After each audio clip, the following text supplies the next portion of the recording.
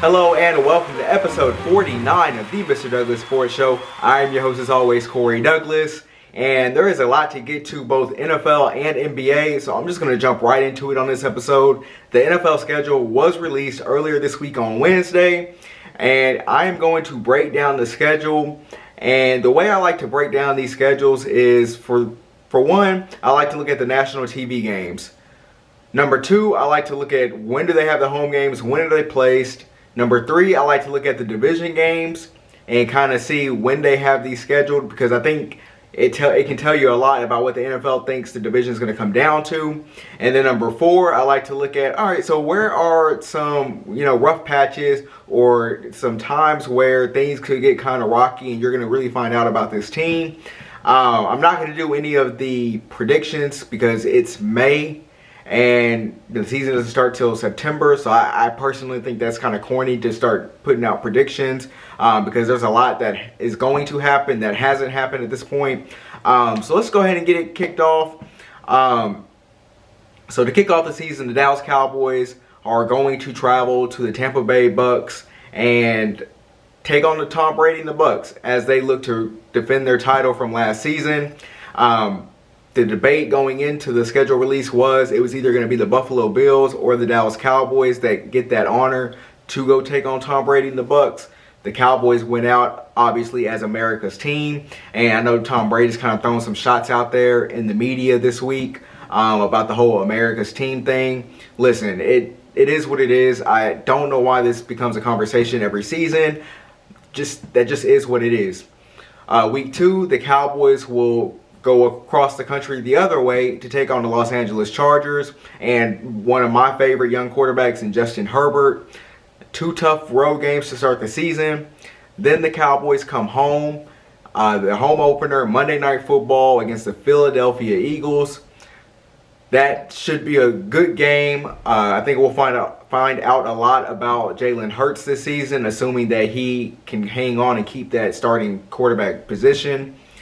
Week four, they take on the Carolina Panthers, and that is a real rebuilding team, but that could be a tough game because one thing about a Matt Rule coach team is that they are going to play hard, and I expect nothing less in week four. Week five, and this is no coincidence, they are taking on the New York Giants. This is almost a year to the day that Dak Prescott took on the New York Giants and suffered his season-ending ankle injury that he had to have a couple of surgeries on one during the season and then another one in December. I think the NFL kind of set that up on purpose. Week six, they go to New England, take on the Patriots. This is a matchup that I am kind of looking forward to because the Patriots, I think, are going to be a lot better this season. I think a lot of people are not sleeping on Cam Newton, but I think they're disrespecting him in a way. And as he looks to have his bounce back season, the Patriots actually took care of him, gave him some offensive weapons. They should get some defenders back who sat out last season. So I think the Patriots are going to be a tough team, and I think they could be a playoff team in the AFC. Week seven is when the Cowboys have their bye week.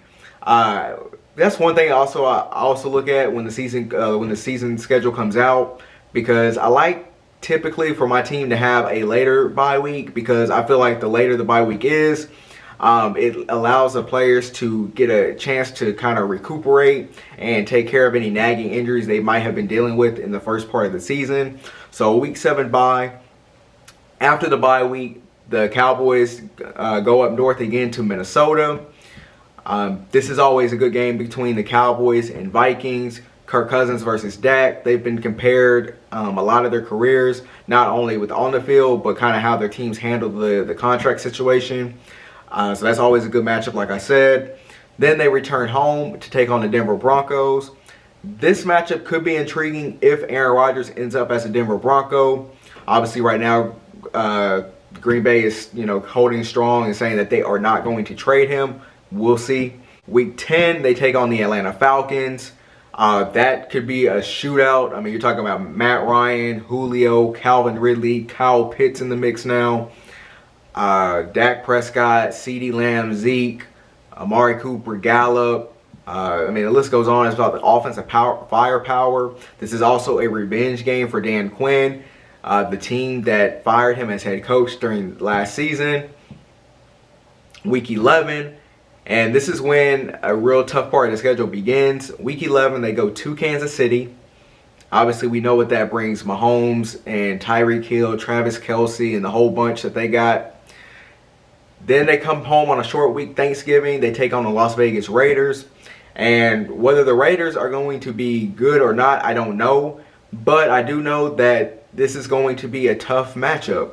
The Raiders, it seems like they play hard and give teams fits.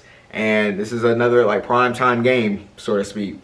Then I guess it would be week 13. They go to New Orleans to take on the Saints. Another Thursday night game. And obviously Drew Brees not being there kind of takes a little bit of the steam out of this matchup. But I expect the Saints to still be good, whether it's Jameis Winston at quarterback, who I expect it to be, or whether, Sean Payton continues to ride this Taysom Hill thing, which I can't stand. But regardless, that's going to be a tough matchup in the Dome. And the NFL is expecting to have full capacity this season. So that's going to be a tough environment in a primetime matchup. Then December 12th, they go to Washington. And this is the first of 2 matchups against Washington in a 3-week period.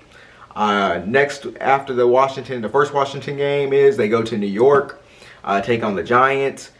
They are going to, I think, be improved a little bit depending on how Daniel Jones continues to evolve as a quarterback.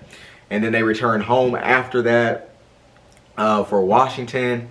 And I said that the Cowboys and Washington match up twice in 3 weeks late in the season, both games in December. And I think that is by design, because I think the NFL is telling you what they expect. And that is that they expect the Cowboys and Washington to be kind of fighting it out to see who can win the NFC East. And I think I go along with that thinking. But again, it's only May, so a lot is going to happen and transpire between now and September, and then eventually, before December comes around and these two teams face off. Week 17, which is typically the end of the regular season. Not this year. There's a follow-up week in week 18, but in week 17, the Cowboys will take on the Arizona Cardinals. And this is a matchup that we kind of got robbed of last season due to Dak's injury. Arizona came here last year and they got loose on the Cowboys. So I think the Cowboys will kind of be looking, to not only solidify their playoff spot at this point, but they will be kind of looking to get back at Arizona for last year's matchup. And then to finish off the season, they will finish off in Philadelphia, week 18, taking on the Eagles. By this point, the Cowboys could still be fighting out for the division, or they could kind of be not fighting out for the division and not making the playoffs once again. But that is the Cowboys' first 17-game schedule. Just like I said at the top of the show, just some things that I noticed from the schedule. Obviously, the 3 straight home games early in the season, that could help, especially with 2 tough road games to start off the season. The 3 road games late in December, that could be problematic, going to the Saints, Washington, and New York. Division games late is always thing. 4 out of their last 5 games are division opponents. That's always going to be crucial when you start talking about tiebreakers and trying to get into playoffs, battling out with wild card situations. And then the 5 national TV games are going to be obviously the opening game against Tampa Bay. They come home, like I said, Monday Night Football against the Eagles. October 31st, Sunday Night Football against Minnesota. Thanksgiving Day, I consider that a primetime game, although I don't think the NFL does, even though it is. December 2nd, I mentioned the Saints game on the road. That is going to be tough. And then the Washington game, Sunday Night Football, that is going to be a primetime game as well. So like I said, I look forward to the season. But I want to move away from the Cowboys just for a brief second and talk about some other things I noticed about the NFL and some games that I'm looking forward to around the NFL. And I think it has to start week 4. Tampa Bay and the Buccaneers travel back to Foxborough. Tom Brady's first game back in that building since he lost his last playoff game.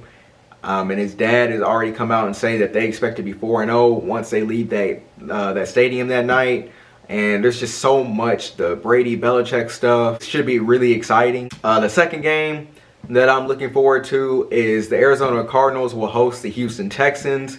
And the reason I'm looking forward to that is DeAndre Hopkins gets to take on his former team for the first time since being traded out the blue. And I think that kind of started the demise of the Houston Texans. And now you got Deshaun Watson unhappy there, in part because DeAndre Hopkins was traded.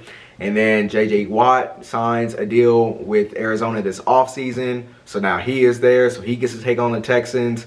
So I'm looking forward to that one. The third game is Jared Goff and the Detroit Lions will travel to Los Angeles to take on the Rams and Matthew Stafford. Obviously, these two quarterbacks were traded for each other this offseason. I think Jared Goff and Sean McVay's relationship kind of soured towards the end. So I know Jared Goff will want to go into Los Angeles and get a win and, kind of prove something, in his mind to Sean McVay. Week 9, Cam Newton and the Patriots travel back to Carolina. And I know Cam Newton, whether he admits this publicly or not, he's going to have this game scheduled or circled on his calendar because I think Carolina kind of did him kind of dirty. He had battled some injuries. New coaching staff came in and didn't really even give him a chance to compete. So they went with Teddy Bridgewater. Obviously, we know how that works, and you guys know how I feel about Teddy Bridgewater. One of the most overrated quarterbacks in the league right now. He's always hyped up every time he gets into a new situation. But Cam Newton going back to Carolina is going to be intriguing. And like I said, the Patriots actually got him some weapons this year. So that's going to be interesting. And it's going to be interesting to see if Cam Newton still has a job at that point. Obviously, the Patriots, Mac Jones fell into the Patriots' lap in the draft. So, who knows when or what kind of timetable he's going to be on this season. So those are the 4 games I'm looking forward to the most as far as from a revenge standpoint. And I always like to look at the Sunday night slate and the Monday night slates. I think the Monday night slate is always not as good as the Sunday night slate. So I went ahead and ranked my top 5 Sunday night games for this upcoming season. Number 1 is week 2, and that is when the Chiefs go to Baltimore. Obviously, Mahomes versus Lamar Jackson. And this is a kind of an uphill battle, or a battle that Lamar Jackson hasn't been facing because of all the things that Mahomes has accomplished, including a Super Bowl champion, a Super Bowl MVP. Those are things that Lamar Jackson aspires to accomplish. He just has not gotten over the hump at this point. So Chiefs-Ravens is always a good matchup. Week 4, I already touched on it, Buccaneers-Patriots. That's going to be primetime must-see TV. Week 5, Bills and Chiefs.